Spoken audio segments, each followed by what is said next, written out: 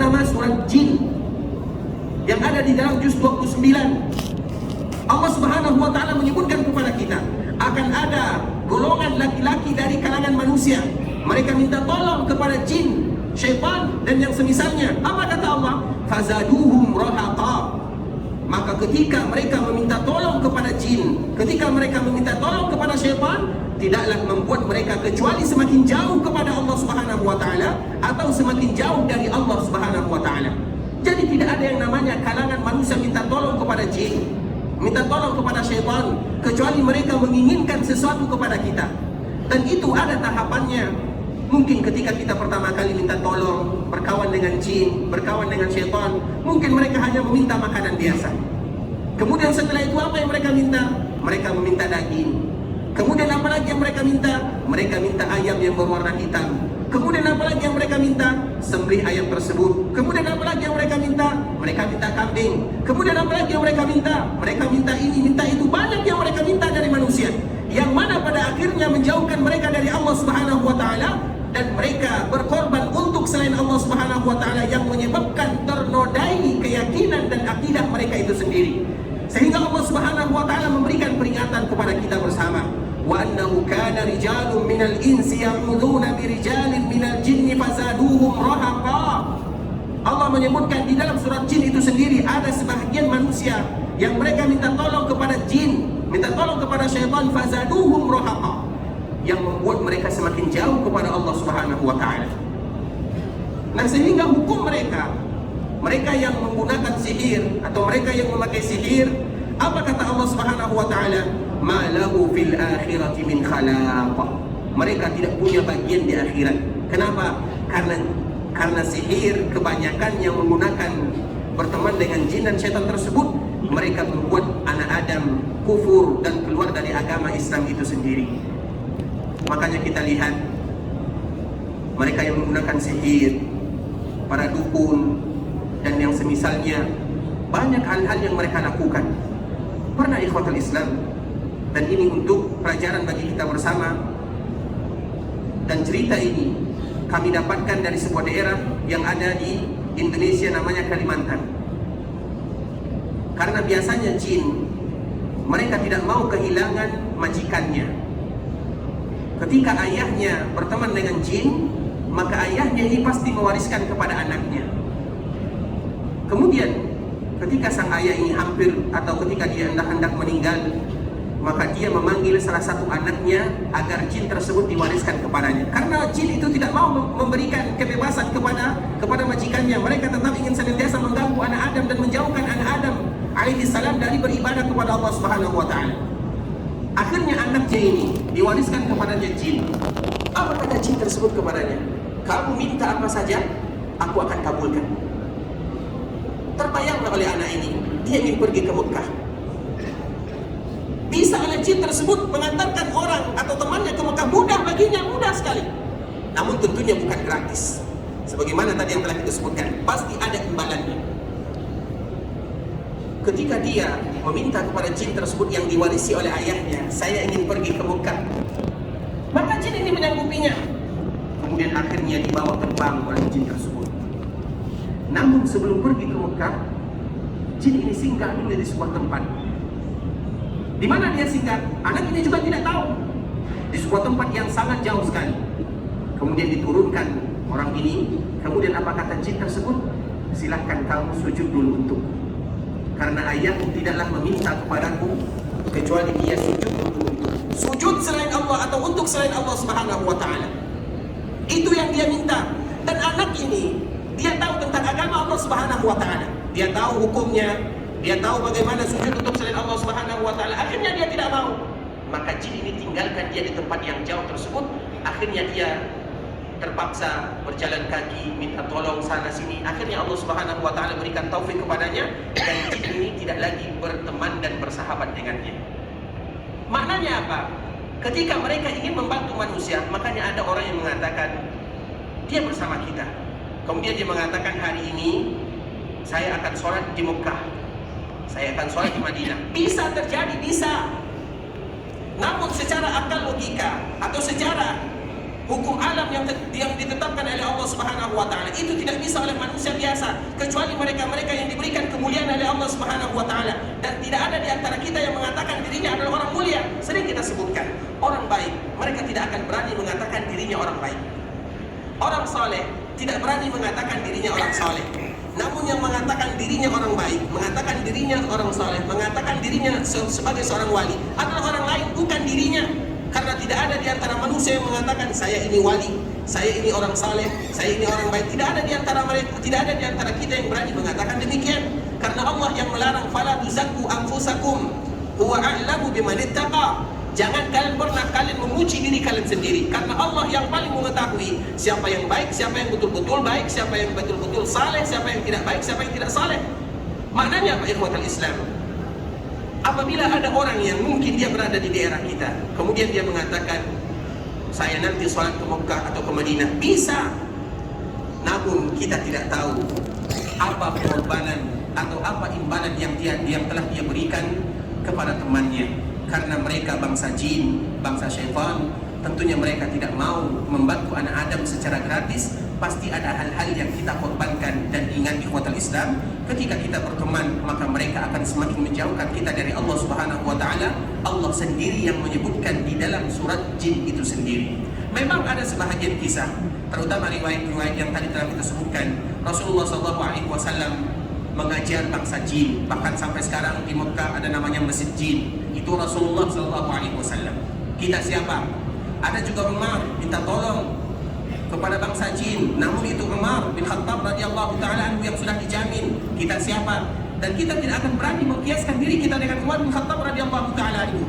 Umar sudah pasti bagaimana kekuatannya, bagaimana imannya, sedangkan kita tidak demikian. Sehingga untuk jalan kehati-hatian, kita ingat ayat yang telah disebutkan oleh Allah Subhanahu wa taala, seluruh mereka yang minta tolong kepada jin dan syaitan, zaduhum rahaqa, akan semakin membuat mereka semakin jauh kepada Allah Subhanahu wa taala.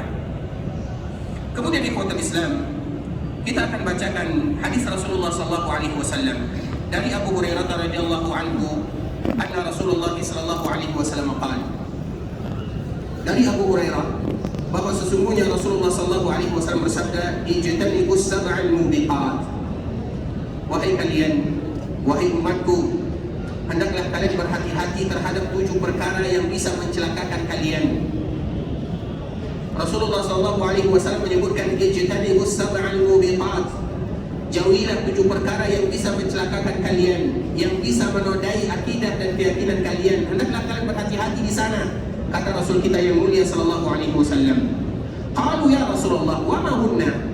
Ketika Rasulullah sallallahu alaihi wasallam menyebutkan yang demikian, maka secara spontan para sahabat langsung bertanya kepada Rasulullah sallallahu alaihi wasallam, "Wa ma hunna ya Rasulullah?" Apa perkara yang 7 tersebut ya Rasulullah? Dan tentunya kita juga bertanya ketika Nabi sallallahu alaihi wasallam mengatakan kepada kita bersama, "Ijtanibus sab'al mubiqat."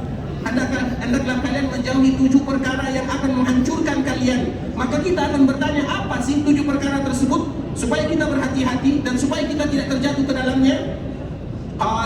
Maka Rasulullah SAW menyebutkan, yang pertama asyirku billah, yaitu kesyirikan kepada Allah Subhanahu wa taala. Kesyirikan kepada Allah Subhanahu wa taala dalam segala hal. Baik kesyirikan kepada Allah Subhanahu wa taala dalam rububiyah Allah Subhanahu wa taala, kesyirikan kepada Allah di dalam uluhiyah, kesyirikan kepada Allah di dalam asma wa sifat, baik itu kesyirikan kecil ataupun kesyirikan besar. Karena yang namanya syirik itu adalah dosa besar. Walaupun itu adalah kesyirikan kecil, namun itu adalah dosa besar. Kita contohkan misalnya sebagaimana yang disebutkan oleh Rasulullah SAW. Akhwafu ma akhafu alaikum, sesungguhnya yang paling aku takutkan kepada kalian adalah asyirkul asghar, yaitu syirik yang paling kecil atau syirik kecil, riya. Nah, ketika ada seseorang melakukan perbuatan riya, apakah kita mengatakan perbuatan riya itu dosa kecil? Tidak. Riya disebutkan oleh Rasulullah SAW itu adalah syirik kecil, syirik yang tersembunyi. Namun itu adalah dosa besar. Karena kesyirikan, apabila itu disebut dengan kesyirikan, walaupun itu kesyirikan kecil, maka itu adalah dosa besar. Karena Nabi SAW menyebutkan, ijtanibus sab'al mubiqat, jauhilah 7 perkara yang bisa menghancurkan kalian. Dan yang pertama adalah asyirku billah, yaitu syirik kepada Allah Subhanahu wa taala. Bahkan Rasulullah SAW menyebutkan ketika ditanya oleh salah seorang sahabat yang bernama Abdullah bin Mas'ud radhiyallahu taala anhu. Sahabat ini bertanya, "Ya Rasulullah, dosa apakah yang paling besar?" Maka Rasulullah SAW menyebutkan, "An taj'ala lillahi niddan wa huwa khalaqak." Yaitu ketika kalian menjadikan tandingan bagi Allah Subhanahu wa taala sedangkan Allah yang menciptakan kalian. Nah, kesyirikan ini ikhwatul Islam, baik dalam segi rububiyah. Rububiyah itu apa maknanya? Apabila ada di antara manusia yang berkeyakinan bahwa alam ini tercipta secara sendiri, itu adalah kesyirikan. Apabila ada orang yang tidak menganggap ada Allah Subhanahu wa taala, itu adalah kesyirikan dalam bentuk rububiyah. Begitu juga kesyirikan dalam bentuk uluhiyah. Bagaimana bentuknya? Apabila ada orang yang beristighatsah kepada selain Allah, apabila ada orang yang beristi'anah kepada selain Allah sesuatu yang tidak disanggupi kecuali oleh Allah Subhanahu wa taala, itu disebut kesyirikan dalam bentuk uluhiyah. Ada lagi kesyirikan dalam bentuk al-asma'i was sifat, yaitu ada orang yang mengingkari nama dan sifat-sifat Allah Subhanahu wa taala. Itu semua termasuk ke dalam ancaman yang diperintahkan kita untuk menjauhinya. Asyirku billah, dengan berbagai macam kesyirikan tersebut, maka kita diperintahkan untuk menjauhinya, karena itu salah satu yang menghancurkan. Bahkan Allah Subhanahu wa taala menyebutkan di dalam surah Al-Maidah, Allah haramkan surga bagi mereka yang melakukan kesyirikan. Tentunya ini merupakan kesyirikan yang besar. Sehingga ikhwatul Islam, senantiasa kita mengajarkan kepada diri kami pribadi dan juga kita bersama sebuah doa yang diajarkan oleh Rasulullah SAW. Allahumma inni a'udzubika an usyrika bika syai'an a'lamuhu wa astaghfiruka lima la a'lamu. Itu adalah doa yang senantiasa diajarkan oleh Rasulullah SAW kepada kita, agar kita betul-betul terhindar dari kesyirikan yang besar ataupun yang kecil, yang terlihat ataupun yang tersembunyi. Allahumma inni a'udzubika, ya Allah, aku berlindung kepadamu, an usyrika bika syai'a, agar aku tidak pernah atau jangan pernah melakukan kesyirikan yang aku tidak ketahui atau yang aku ketahui. Wa astaghfiruka lima la a'lam, dan aku minta ampun kepadamu ya Allah kalau seandainya pernah aku terjatuh ke lembah kesyirikan tersebut sedangkan aku tidak sadar dan aku tidak mengetahuinya. Doa ini ikhwatul Islam merupakan doa yang diajarkan oleh Rasulullah SAW, yang dianjurkan bagi kita untuk mengucapkannya 3 kali di pagi hari dan 3 kali di sore hari. Dan doa ini terdapat di dalam zikir pagi dan sore.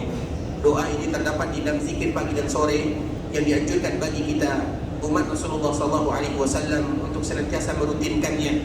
Dan alhamdulillah sekarang untuk mendapatkan zikir pagi sore sangatlah mudah.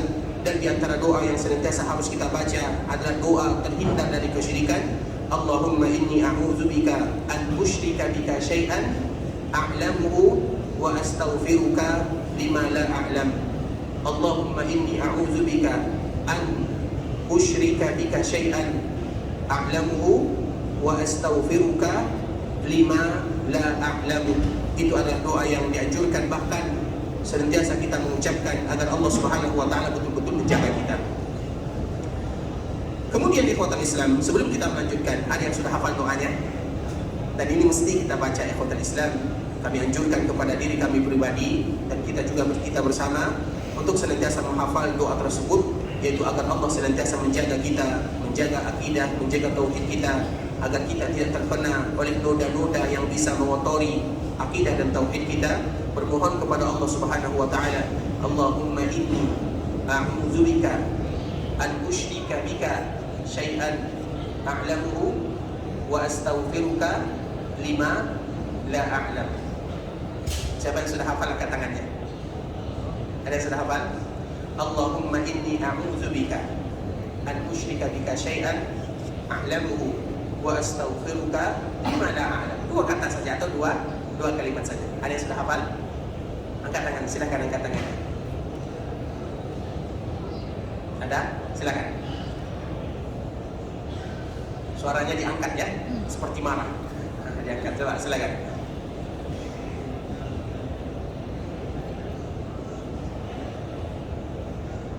Masya Allah. Artinya, Allahumma inni a'udzubika min an usyrika bika syai'an, sesuatu a'lamuhu, wa astaghfiruka lima la a'lam. Masya Allah, tabarakallah rahman, Masya Allah, barakallahu fiik. Ini dapat hadiah ya, Masya Allah. Tapi ikhwatul Islam, kita lanjutkan lagi. Yang kedua, hal-hal yang wajib dianjurkan atau disebutkan oleh Rasulullah SAW untuk menjauhinya, yang pertama adalah kesyirikan, karena ada 7 yang tadi disebutkan oleh Nabi SAW. Yang kedua adalah as-sihir, yaitu sihir, pembahasan yang sedang kita bahas. Dan kita telah memaparkan karena sihir di dalam bahasa Arab atau sihir di dalam istilah Arab tidaklah kecuali mereka meminta pertolongan kepada jin dan syaitan. Itu disebut dengan as-sihir. Kemudian apalagi yang diperintahkan oleh Nabi SAW kepada kita untuk menjauhinya? Wa qatlun nafsi allati harramallahu illa bil haqq, yaitu tidak boleh menumpahkan darah. Dan ini adalah perkara yang sangat ditekankan oleh Rasulullah SAW, sehingga muslim, kenapa disebut dengan muslim? Al-muslim man salimal muslimuna min lisanihi wa yadihi. Seorang muslim, kata-kata muslim itu diambil dari kata-kata salima salama. Kata-kata muslim, kenapa kita disebut dengan muslim? Karena muslim itu katanya adalah selamat, yaitu selamat untuk dirinya dan selamat untuk orang lain. Sehingga Nabi SAW menyebutkan al-muslim, seorang muslim, man salimal muslimun, yaitu orang lain yang selamat darinya. Dari apa? Dari lidahnya, dari tangannya. Itulah sejatinya seorang muslim. Jadi tidak akan ada seorang muslim yang mereka mengganggu kaum muslimin. Tidak akan ada seorang muslim yang mengganggu bahkan orang yang selain Islam. Tidak ada seorang muslim yang mengganggu tetangganya. Tidak ada seorang muslim yang menumpahkan darah. Itu bukan muslim secara sejati. Karena seorang muslim, kata Nabi SAW, adalah mereka yang selamat dirinya, selamat orang lain dari gangguannya. Apalagi perkara-perkara yang tadi disebutkan Nabi SAW, yaitu perkara yang paling berbahaya, menumpahkan darah manusia. Itu bukan hakikat seorang muslim. Seorang muslim adalah diambil dari kata-kata muslim itu sendiri, mereka yang selamat dan orang lain pun selamat dari dirinya. Apalagi perkara yang disebutkan Nabi SAW, wa qatlun nafsi allati harramallahu illa bil haqq, membunuh, menumpahkan darah. Itu bukan seorang muslim. Seorang muslim tidak akan mengangkat tangannya untuk saudaranya. Bahkan kita lihat bagaimana keindahan Islam. Kalau seandainya ada di antara kalian yang memegang anak panah, yang memegang tombak, kemudian mereka masuk ke dalam keramaian, masuk ke dalam masjid, masuk ke pasar, masuk ke perkumpulan kaum muslimin, maka harus ditutup anak panahnya atau harus ditutup ujung tombaknya. Kenapa demikian? Agar tidak mengganggu saudaranya. Begitulah Nabi mengajarkan kepada kita.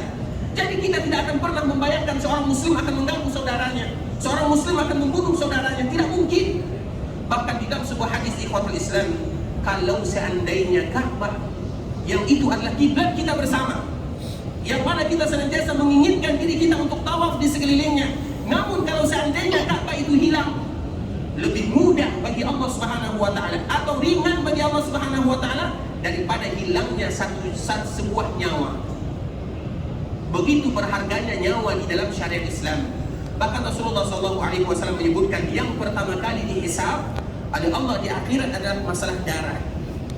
Muamalah antara satu dengan yang lainnya, yang pertama kali dihisab adalah masalah darah. Sebagaimana yang pertama kali dihisab antara kita dengan Allah adalah perkara salat. Jadi yang pertama kali dihisab antara kita dengan Allah adalah perkara salat. Yang pertama kali dihisab antara kita dengan sesama adalah perkara darah. Jadi membunuh itu adalah dosa besar yang betul-betul tidak terbayangkan seorang muslim membunuh saudaranya, menumpahkan darah saudaranya. Itu bukan seorang muslim yang disebutkan oleh Rasulullah SAW. Kemudian yang keempat, apalagi yang disebutkan oleh Rasulullah SAW, wa aklur riba. Dan di antara perkara dosa besar yang diperintahkan oleh Rasulullah SAW kepada kita untuk menjauhinya adalah riba. Riba itu ikhwatul Islam. Riba itu dosanya di dunia, dosanya di perkuburan, dosanya di padang mahsyar, dan dosanya terakhir sekali adalah dicampakkan ke dalam neraka. Ada 4 dosa yang disebutkan oleh Allah, dan ada 4 balasan bagi mereka yang memakan harta riba. Di dunia mereka akan sengsara karena mereka seolah-olah berperang dengan Allah dan Rasulnya. Dan siapa yang akan menang kalau berperang dengan Allah dan Rasulnya? Sehingga Allah Subhanahu wa taala menyebutkan yamhaqullahu riba wa yurbis sadaqat. Allah akan hancurkan mereka yang bermuamalah dengan riba secara pelan-pelan. Karena kalimat mahaqa yaitu dihancurkan secara pelan-pelan. Tidak ada yang akan beruntung dan tidak akan ada yang sukses kalau mereka bermuamalah dengan riba. Betul sekarang dia kaya, betul sekarang dia memiliki harta yang melimpah. Namun ingat, janji Allah tetap janji Allah. Yamhaqullahu riba. Allah akan hancurkan riba sedikit demi sedikit. Itu di dunia. Di perkuburan bagaimana? Apa kata Rasulullah SAW?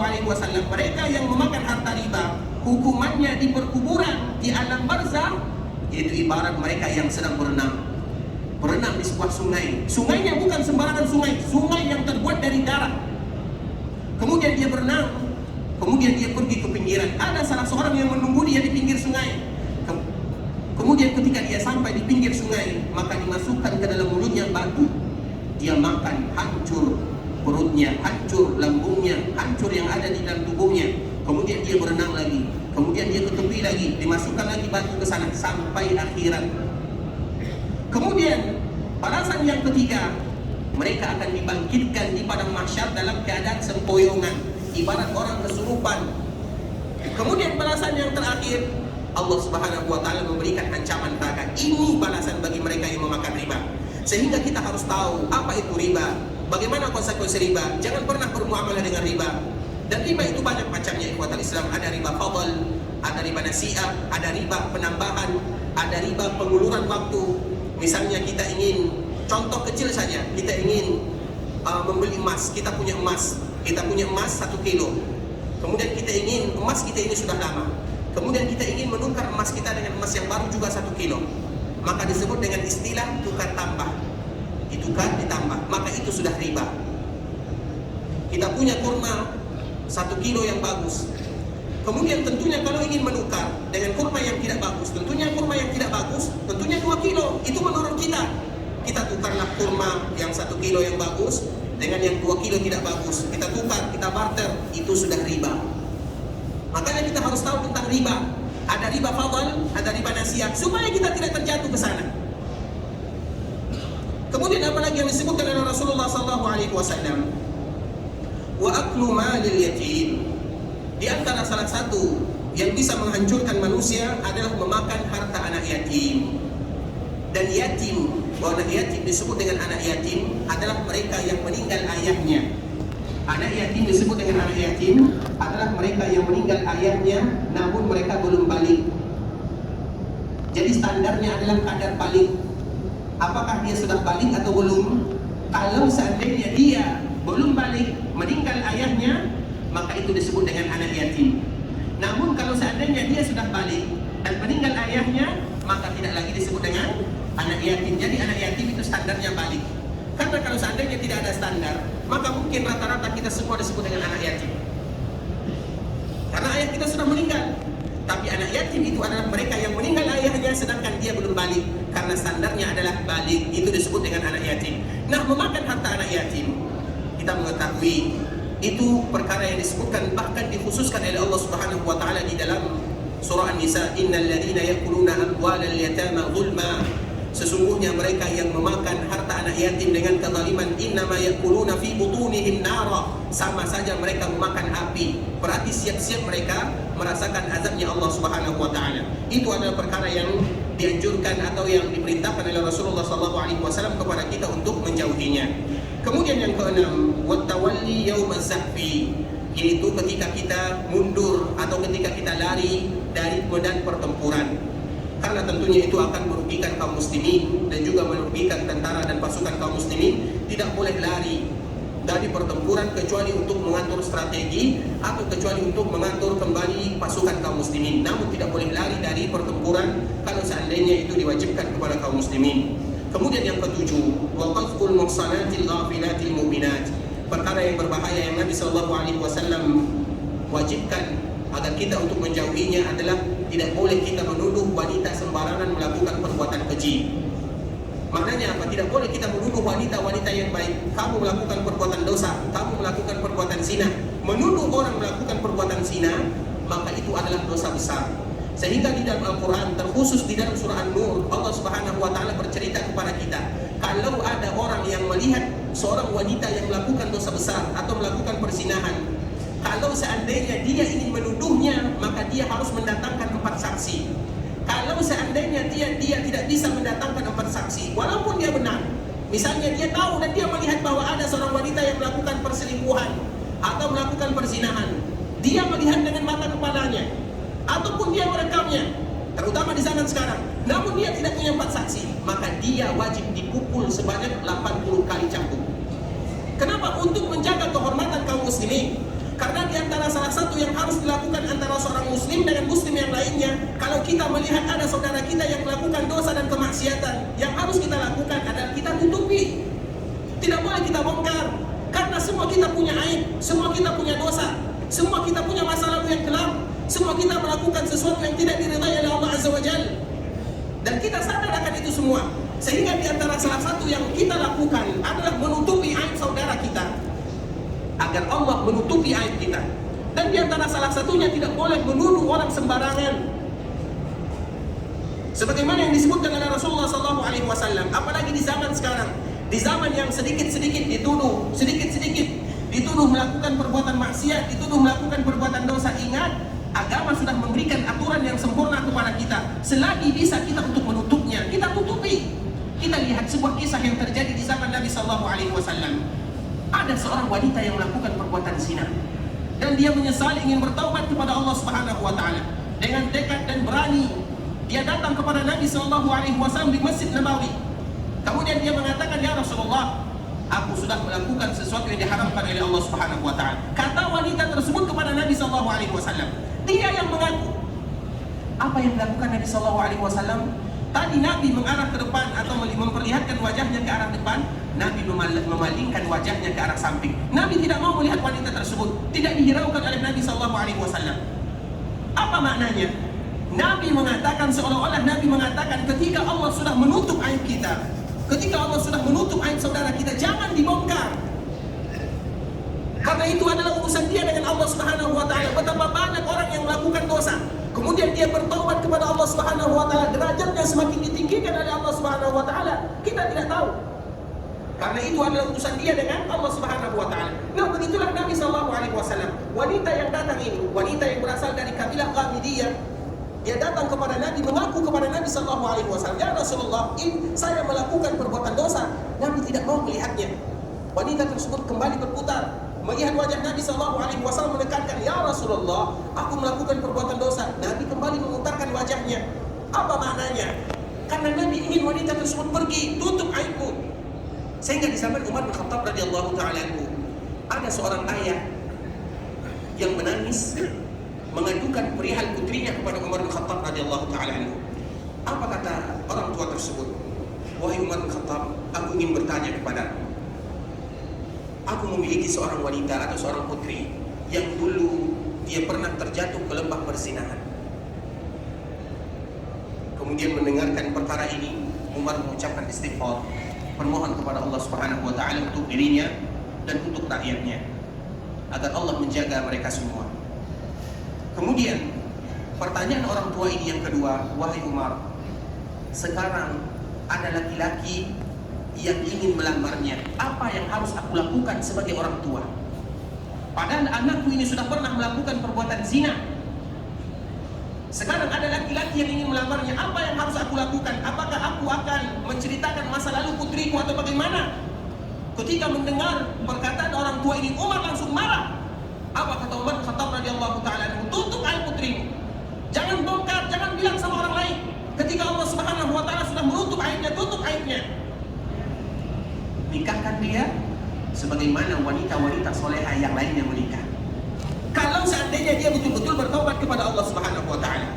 Begitu perintah dan fatwa Umar bin Khattab radhiyallahu ta'ala anhu. Sehingga Nabi SAW betul-betul menjaga perkara ini, terutama di akhir zaman yang kita melihat kemaksiatan merajalela. Dan semoga Allah Subhanahu wa taala memberikan taufik dan hidayah kepada kita bersama. Wa qadful muhsanatil ghafilatil mu'minat, jangan pernah sekali-kali menuduh wanita-wanita melakukan perbuatan zina. Kalaupun mereka melakukannya, harus ada syaratnya. Syarat yang pertama adalah harus ada saksinya. Kalau tidak ada saksinya, maka apa kata Allah Subhanahu wa taala? Dia harus dihukum 80 kali rotan atau 80 kali cambuk. Kemudian tidak sampai di situ saja, dia tidak diterima saksinya. Kemudian ada lagi yang satu, dia termasuk kepada golongan orang-orang yang fasik. 3 hukumannya, kata Allah Subhanahu wa taala. Maknanya apa? Kita berusaha menjaga aib antara kita dengan saudara kita. Kalau seandainya ada di antara mereka yang melakukan dosa, maka di antara yang harus kita lakukan adalah menutup aibnya. Namun di samping itu juga kita harus memberikan nasihat antara satu dengan yang lainnya. Itu adalah kewajiban seorang muslim dengan muslim yang lainnya. Kemudian ikhwatul Islam, para tamu Allah rahimani wa rahimakumullah. Kemudian hadis yang berikutnya yaitu hadis dari Jundub, dan Jundub ini bukan sahabat Nabi sallallahu alaihi wasallam, namun Jundub ini adalah seorang tabi'in. Wa Jundub marfu'an haddus sahir darbatuhu bis-sayf. Sekarang kita kembalikan lagi kepada pembahasan kita, yaitu tentang perkara sihir. Mereka yang melakukan sihir, mereka yang berteman atau betul-betul minta pertolongan kepada jin dan syaitan yang melakukan sihir dan yang semisalnya, apa hukumannya di dalam syariat Islam? Kita berbicara tentang syariat Islam. Islam menyebutkan darbuhu bis-sayf, maka hukumannya adalah dengan pedang. Itu hukum secara Islam. Namun hukum tentunya itu dikembalikan kepada kemaslahatan pemimpin masing-masing, karena setiap daerah mereka memiliki keputusan masing-masing dan itu dikembalikan kepada pemimpin yang ada di daerah masing-masing. Namun kalau kita berbicara tentang syariat yang disebutkan oleh Rasulullah SAW, hadduhu bis-sayf, yaitu darbuhu bis-sayf, yaitu dia hukumannya adalah dengan pedang atau dibunuh, karena mudaratnya sangat berbahaya. Orang yang kena sihir itu sangat berbahaya. Ada orang yang kena sihir, dia tidak nafsu makan. Ada yang orang-orang yang kena sihir, dia ibarat orang yang kesurupan. Ada orang yang kena sihir, dia ibarat orang yang tidak bisa mendatangi keluarganya. Ada orang yang kena sihir langsung bunuh diri. Ada orang yang kena sihir melakukan kemaksiatan merajalela. Banyak mudaratnya. Sehingga Islam ingin menjaga hal-hal tersebut. Dan perkaranya siapa? Yang melakukannya siapa? Tukang sihir. Sehingga Jundub ini yang meriwayatkan hadis ini, dia adalah al-gojonya. Dan dia meriwayatkan hadis tersebut marfu'an, sehingga dia menyebutkan wa Jundub marfu'an, yaitu Jundub, yaitu al-gojo yang dia senantiasa melaksanakan hukum bagi mereka yang bekerja sebagai tukang sihir. Haddus sahir, hukuman bagi mereka yang melakukan sihir, darbuhu bis-sayf, yaitu dihukum supaya mereka tidak memberikan mudarat kepada kaum muslimin. Itu kalau seandainya kita berbicara tentang hukum Islam. Sedangkan di daerah masing-masing, setiap negara mereka berbeda, dan itu keputusannya dikembalikan kepada pemimpin masing-masing. Kemudian yang terakhir atau yang selanjutnya, wa fi sahih Bukhari an Bajalah Ibnu Abadah qala kataba Umar bin Khattab adqtulu kull sahirin wa sahirah. Umar bin Khattab radhiyallahu taala anhu menulis pesan dan fatwa untuk membunuh semua yang melakukan sihir, baik yang laki-laki ataupun yang perempuan. Qal faqatalna thalatha sawahir, maka kami pun membunuh 3 orang yang tukang sihir. Wa sahha an Hafsah radhiyallahu anha anha amarat biqatl jariyatin laha saharatha faqutilat. Begitu juga Hafsah, anaknya Umar, istrinya Rasulullah sallallahu alaihi wasallam, ketika dia disihir oleh pembantunya, seorang pembantu wanita, maka akhirnya dia juga dihukum dengan hukuman yang sama. Begitu juga dengan Jundub dan begitu juga dengan fatwa ulama-ulama yang lainnya.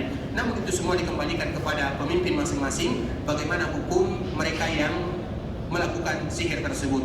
Nah, sekarang ikhwatul Islam rahimani wa rahimakumullah, sebagaimana tadi yang telah kita sebutkan, Rasulullah SAW pernah terkena sihir. Kemudian Allah menurunkan 2 malaikat, yang satu duduk di bagian kepala Nabi SAW, yang satu duduk di bagian kaki Nabi SAW, dan mereka lagi bercerita, kenapa orang ini? Mananya Nabi Muhammad SAW.